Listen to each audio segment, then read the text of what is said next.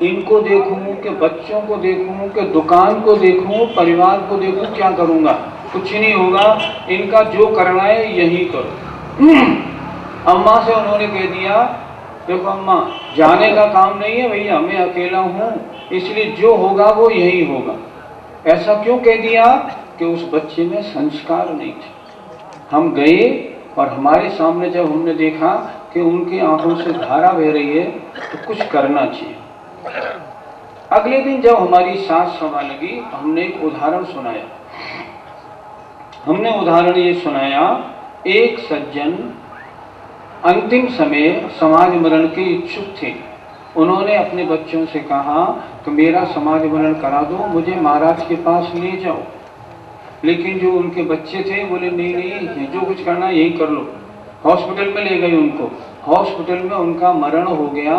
मरने के बाद वो व्यंतर बने। व्यंतर बन के जब उन्होंने जाना तब उन्होंने अपने अवधि ज्ञान से जाना, जिन बच्चों के लिए मैंने सारा जीवन लगा दिया, तुम्हारा मकान, तुम्हारी शादी, तुम्हारा जेवर, रुपया, पैसा और सारी संपत्ति में जिनको दे के आया, उन लोगों ने इतना भी मेरे साथ नहीं किया कि मेरा अंतिम समय सुधार देते। इनसे तो बदला लेके मानूंगा। तो वो क्या करते थे, जब वो सोता था ना तो उसको नीचे गिरा देते थे, तो जमीन पे गिरते थे, यहाँ चोट लगी, यहाँ चोट लगी, बहुत परेशान। वो बहुत बिलबिलाता था और बेचारा एक दिन उसी में मर गया। हमने ये उदाहरण सात सभा में सुनाया। सुनने के बाद सात सभा के लोग उनके यहाँ जाते थे, जिनको समाधि करनी थी अम्मा जी के यहाँ, तो 2-3 जने वहाँ गए और वहाँ उन्होंने अम्मा जी के पास बेटे को बिठा के कहा, देख बेटा सुन, आज उन्होंने ऐसा ऐसा उदाहरण सुनाया है और तेने अगर इनकी समाधि नहीं होने दी ना तो तेरी दुर्गति हो जाएगी। तो क्या समझ रहा है? इसलिए इनका काम होने दे, इन्हें इनकी समाधि होने दे। हम चाह रहे थे, वही हुआ। 12 बजे उनका फोन आ गया, अंकल अम्मा जी को जहाँ चाहो वहाँ ले जाओ। हमने कहा ये काम तो बना। उदाहरण अपना ठीक, सही निशाना सही लगा। हम ठीक 12 बजे उनके पास पहुंचे। हमने उनसे कहा, अम्मा विनोद भैया ने तो कह दिया है तुमको ले जाओ, चलोगी? बस इतना सिर हिलाती थी। फौरन हमने गणमती माता जी को फोन किया, दिल्ली के पास थी। हमने कहा माता जी हम इनको ले आए क्या? उन्होंने कहा मेरा तो कल बिहार होना है। मैंने कहा नहीं माता जी, छपक बहुत अच्छा है, इनकी समाधि करानी है। अच्छा ले आओ। हम उनको अगले दिन एम्बुलेंस में ले गए। उन्होंने अन्न जल का त्याग कर दिया। अब मैं अन्न जल लूंगी नहीं, समाधि होगी कि नहीं होगी, होगी बस जरूर, क्यों नहीं होगी। अन्न जल का मेरा त्याग। उनको शाम को, रात को 8 बजे हम बड़े गांव लेके पहुंचे। एम्बुलेंस से स्ट्रेचर उतार के माता जी के सामने रखा। हमने कहा माता जी अब आप क्या करेंगी? अब आप तो बोलेंगी नहीं। फिर नहीं, मुनियों को और आर्यिकाओं को संलेखना काल में रात भर बोलने का अधिकार है। ये तो अनमोल प्रसंग है, क्यों नहीं बोलेंगे? उन्होंने फौरन उनको संबोधन किया। पहले उन्होंने ट्राई किया कि समाधि लेने वाले में दम कितनी, ये जबरन ले आए हैं या मजबूत है? तो उन्होंने पूछा खाना लेती हो कि नहीं? नहीं। यहाँ समाधि के लिए आई हो कि हाँ। मेरी आज्ञा मानोगी? हाँ। तो फिर सुनो, कल तुम्हें आहार लेना है। उन्होंने कहा नहीं माता जी मैं तो आहार नहीं लूंगी, शरीर बहुत कमजोर हो जाएगा, कल तुम्हें आहार लेना है। मैं कहूँ मेरी आज्ञा मानो? नहीं माता जी मैं आहार नहीं लूंगी। हाँ बार हाथ जोड़े, नहीं मैं आहार नहीं लूंगी। तो जाओ यहाँ से, मैं तुम्हारी नहीं करती समाधि, इन्हें वापस ले जाओ। नहीं नहीं वापस नहीं जाऊंगी, मैं समाधि करूंगी और खाना खाऊंगी नहीं। माता जी बोली तुम्हारा छपक पक्का है, अब इसकी समाधि कराएंगे। पहले ठोक बजा के देख लेते हैं ना, फिर समाधि कराएंगे। उन्होंने फौरन उनको ले लिया और लेने के बाद उनकी योग व्यवस्था अगले दिन सुबह उनसे पूछ के उनको प्रतिमाएं दे दी और 2 दिन, 3 दिन, 4 दिन, 5 दिन, 7 दिन 12 दिन वहां लगे, बिल्कुल 12 दिन का उपवास। मैं 12 दिन वहां रहा। उन्होंने उनको छुल्लिका बना दिया, आरिका बना दिया, और आरिका अवस्था में कितना बढ़िया समाधि मरण हुआ मत पूछो। मैं क्या करता था, मैं उनसे ये पूछता था, मैं तो ये समझता हूँ समाधि मरण करने में बड़ा कष्ट होता है।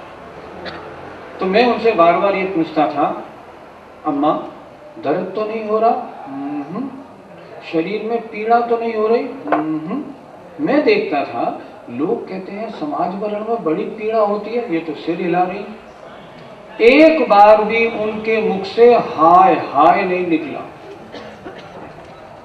जब हाय हाय नहीं निकला और वो मुंह से ये कह रही है कि मुझे कष्ट नहीं, फिर समाज मरण में कष्ट कैसा? मन ने बनाया समाज मरण में कष्ट नहीं होता है। वहां देखा। अगर आपको ये देखना है ना, अंतिम समय समाधि मरण किसको करना है? हम सबको करना। बात पक्की है कि नहीं? देखें, इंदौर की आवाज, इतनी सी आवाज निकली अभी तो।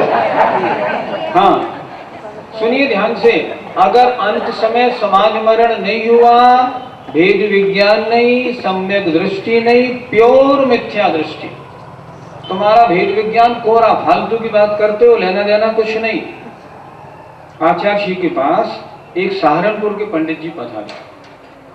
वो पंडित जी, मैं आचार्य जी 1:30 बजे सामायिक करके उठ रहे थे। मैं 1:30 बजे उनके कमरे के बाहर था, वो पंडित जी आए। हम बस 2 ही जने थे वहां।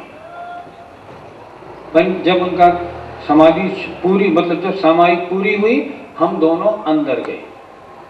तो वो सज्जन जो थे, बड़ा अच्छा प्रसंग है सुनने वाला।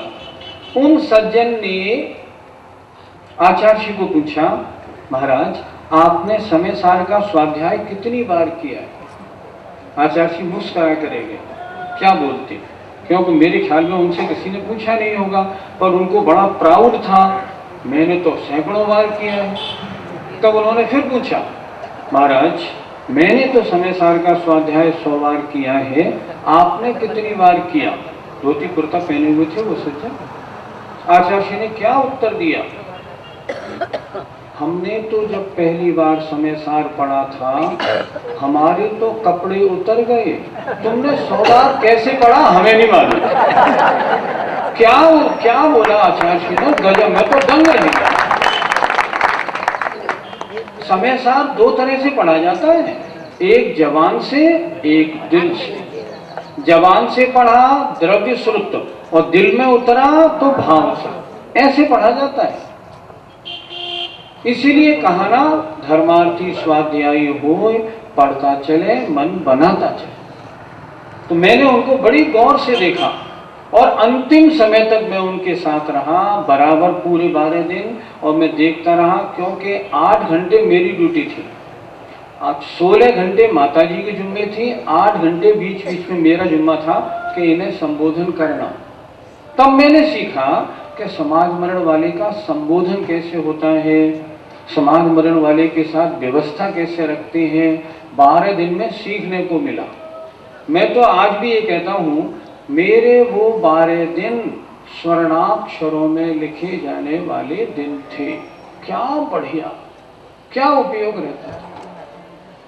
अगर मन पक्का है ना, और निर्णय बना लिया समाज मरण होना है, होगा समाज मरण, क्यों नहीं होगा।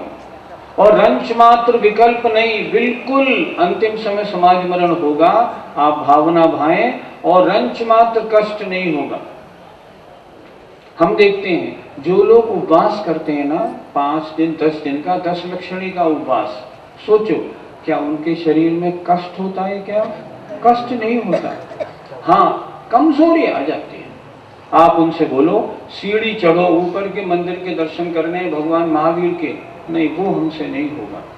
लेकिन अगर वो लेटे हैं, आप उन्हें स्वाध्याय शास्त्र सुनाओ या उनसे मंत्रोच्चारण कराओ, नहीं, उन्हें रंच मात्र कष्ट नहीं होगा। धारणा बनानी है, समाज मरण में कष्ट नहीं होता, सिर्फ मन की मजबूती होती है। और उसमें सबसे जरूरी है आत्मा और शरीर का भेद विज्ञान। और दूसरी जरूरी बात है उपवास का अभ्यास।